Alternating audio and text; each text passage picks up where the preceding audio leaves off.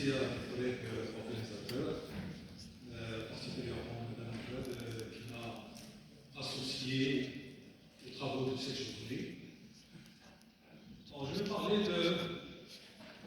un tour d'horizon sur l'intelligence artificielle et l'apprentissage pour vous. Je vais parler de l'intelligence artificielle, comment ça fonctionne, les étapes.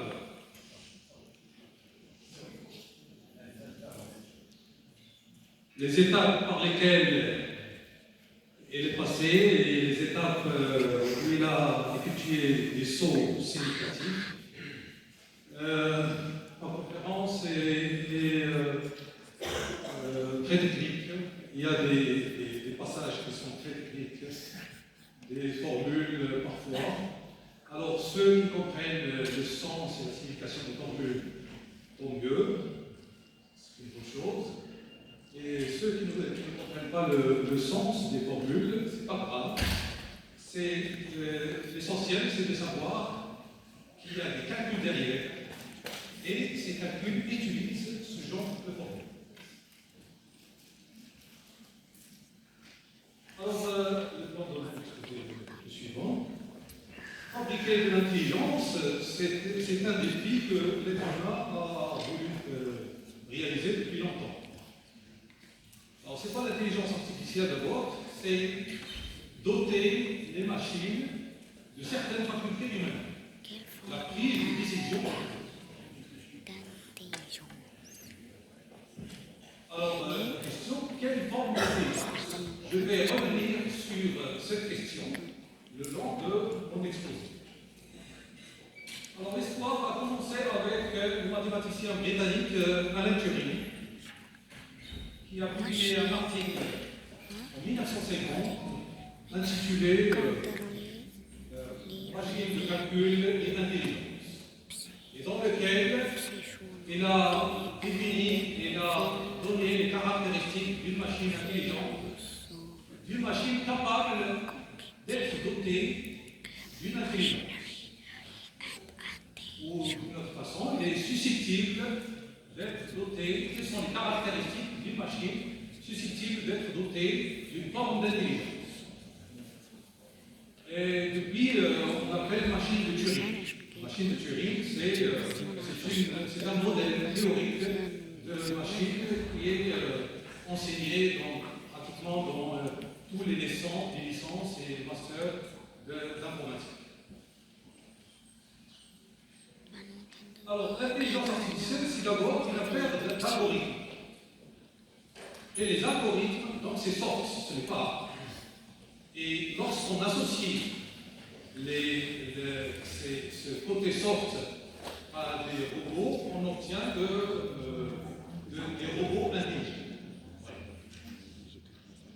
Donc les algorithmes, on distingue deux types, les algorithmes numériques et les algorithmes non numériques. Les algorithmes numériques, il y a des calculs derrière. À chaque fois qu'il y a des calculs, on parle d'algorithmes numériques. Les non numériques, il y en a aussi, du genre géométrie, recherche, etc. Numérique, non numérique. Alors, on mesure les algorithmes par leur complexité. Ça, ce sont des notions à savoir. La complexité d'un algorithme, c'est alors les distances qui sont mesurées par les mètres, la masse est mesurée par le kilomètre. Les algorithmes sont mesurés par leur complexité. Alors, deux algorithmes qui effectuent la même tâche, on les compare avec leur complexité, la bien définition bien précise. C'est le nombre d'opérations élémentaires que doit effectuer l'algorithme pour effectuer la tâche pour laquelle il est programmé, et en fonction du nombre des données. En fonction du nombre des données. C'est ça la complexité des algorithmes.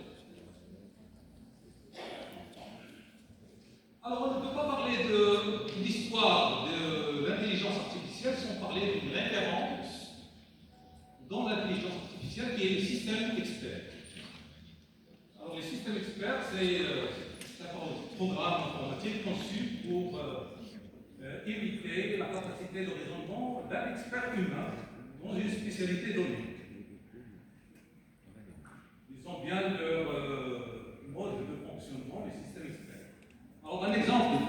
système expert, c'est ce système qui permet de faire un diagnostic médical, infection bactérienne et prescription des antibiotiques. Ça, c'est un système expert qui a été réalisé en 1976 et permet aux médecins d'interagir via une interface, de poser des questions et de répondre. Et en fonction de ces réponses, il donne la prescription et le diagnostic. Mais c'était très spécifique.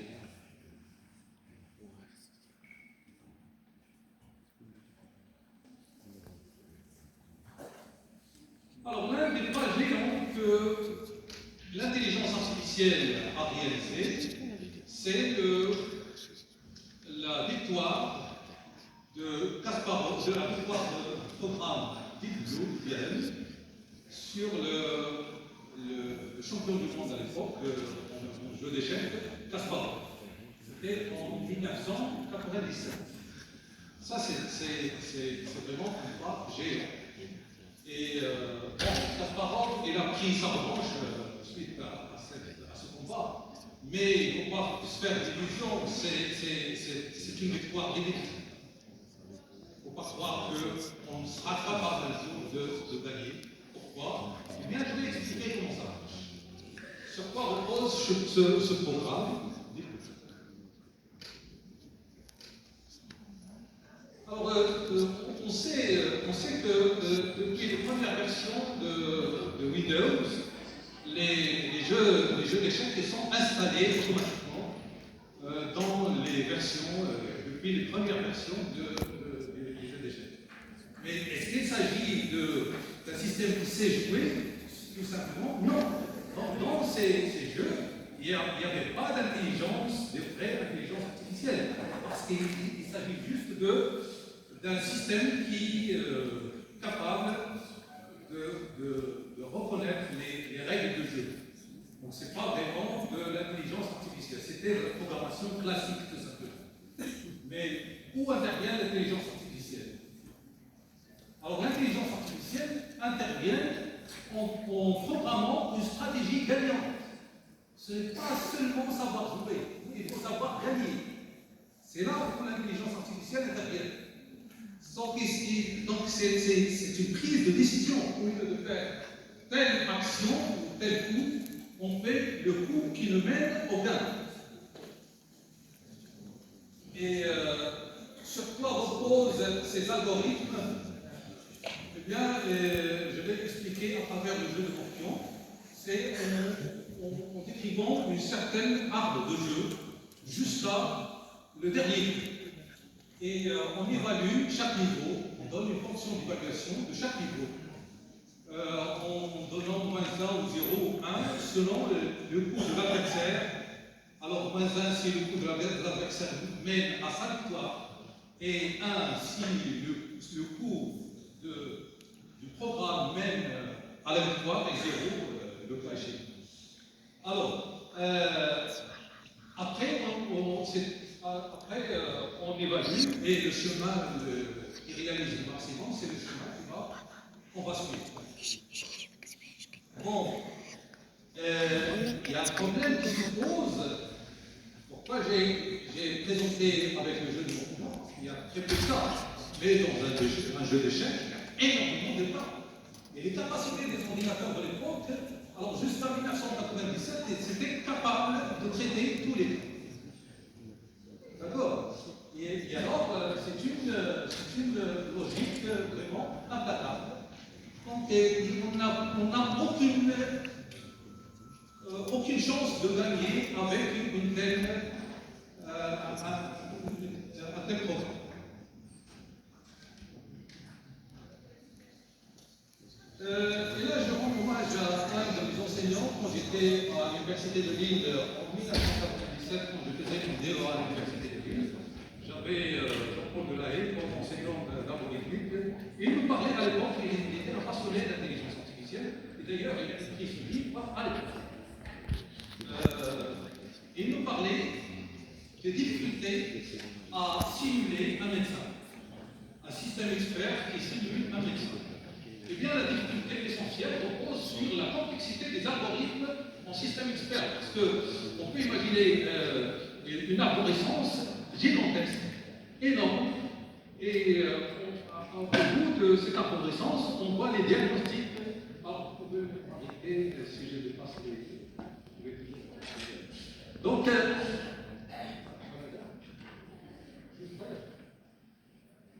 vais sauter.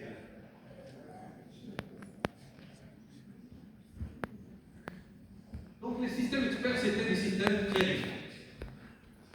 Et alors, l'intelligence artificielle a vécu une certaine crise entre 1990 et 2010, jusqu'à 2010. Une certaine crise, une certaine hésitation. Et par la suite, mais heureusement, il y a des chercheurs qui croient en ce qu'ils font et persistent dans la voie de la recherche. Et il y avait une autre voie qui a percé, et c'est elle qui a donné l'intelligence artificielle moderne. C'est l'apprentissage automatique. L'apprentissage automatique qui repose sur les réseaux neuronaux. Donc c'est un système qui va apprendre tout seul. Et c'est un système qui est en réalité sans règles très définies. Il y a des règles d'apprentissage, mais je vais essayer d'expliquer brièvement en quoi ça consiste. Alors, quand on donne à un enfant, on lui apprend des chiffres. On lui apprend des chiffres. Alors, on lui écrit dans la forme de chiffres et on lui apprend son appellation. Ça, c'est 3, ça, c'est 9, ça, c'est. Et si on lui fait un test et on l'écrit 8 et l'enfant répond 3, on lui corrige. Non, ça, c'est 8, c'est pas 3. Eh bien, c'est le même principe. C'est le même principe qui repose sur la répétition, d'une part, et sur la correction. Donc l'apprentissage automatique, c'est fait partie de l'intelligence artificielle et fait partie et l'apprentissage profond fait partie de l'apprentissage automatique. Et l'apprentissage automatique, on distingue de type supervisé et non supervisé. Eh bien, l'apprentissage automatique repose sur les réseaux de neurones. Alors, il faut un neurone artificiel. Un neurone artificiel, ça ressemble à un neurone naturel, mais ce n'est pas tout à fait un neurone naturel. Il faut savoir copier la nature. Donc, on ne le copie pas tel quel, on le copie par son fonctionnement. Et un neurone artificiel, eh bien, il prend des informations. Il prend des informations, une entrée, et il effectue un calcul et donne une sortie. Cette sortie, on la transmet à d'autres neurones.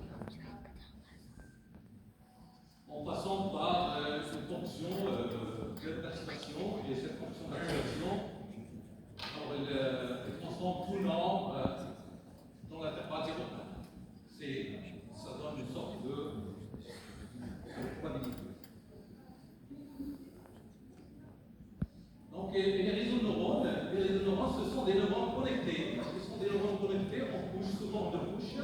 Il y a la couche d'entrée et il y a la couche de sortie. Et lorsqu'il y a des couches intermédiaires, on parle des pluriels, ou bien de l'apprentissage de l'autre.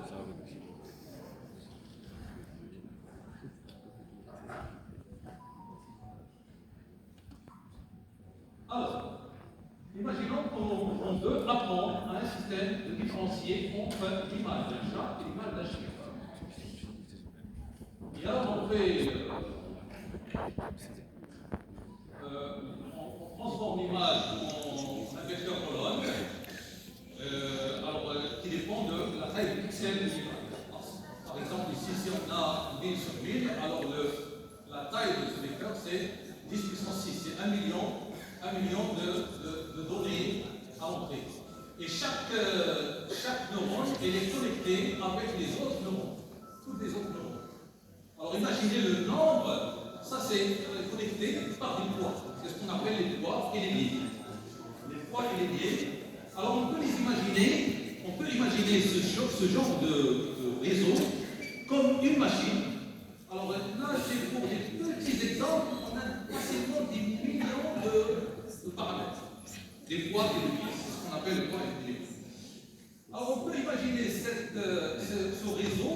une sorte de machine où il y a des millions de boutons. Et on peut régler chaque bouton à part. Et il ne faut pas se hasarder à régler les boutons un par un et de façon hasardeuse. Il faudrait un procédé de réglage de ces boutons. Eh bien, le procédé de réglage, c'est le procédé d'apprentissage mathématique qu'on définit ici. C'est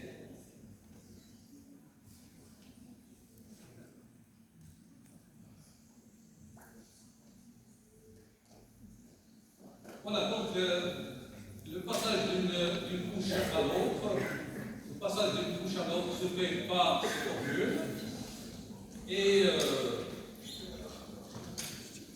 qu'on transforme de façon vectorielle sous forme de matrice et vecteurs et auquel on applique la fonction de l'activation et à la sortie on a des données. Et alors, il y a une chose qui pourrait maintenant, c'est un système, c'est un algorithme paramétré où les paramètres sont les oméga qui sont les poids et les biais qui sont les péris. Et donc, et les xk, ce sont les données d'apprentissage. Les YA, K correspondent. Chaque xk a son xk correspondant. Et le n, c'est le nombre de données dont on dispose pour régler,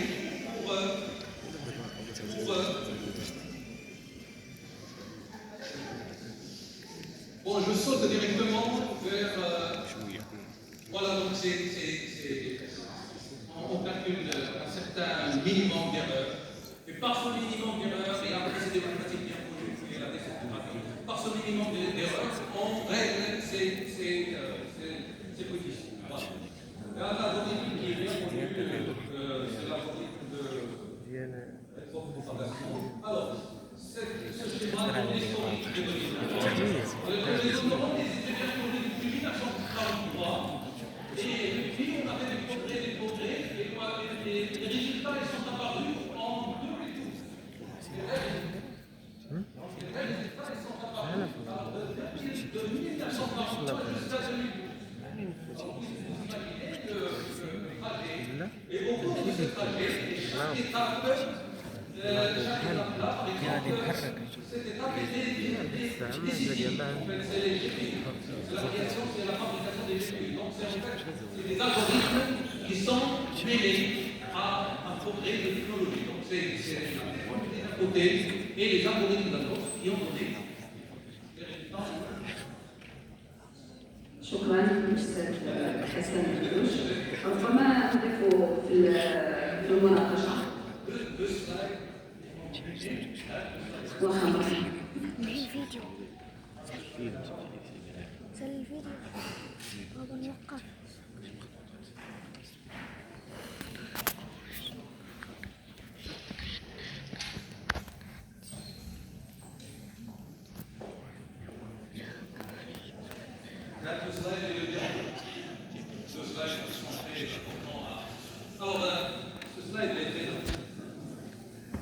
Alors, pour reconnaître un concert,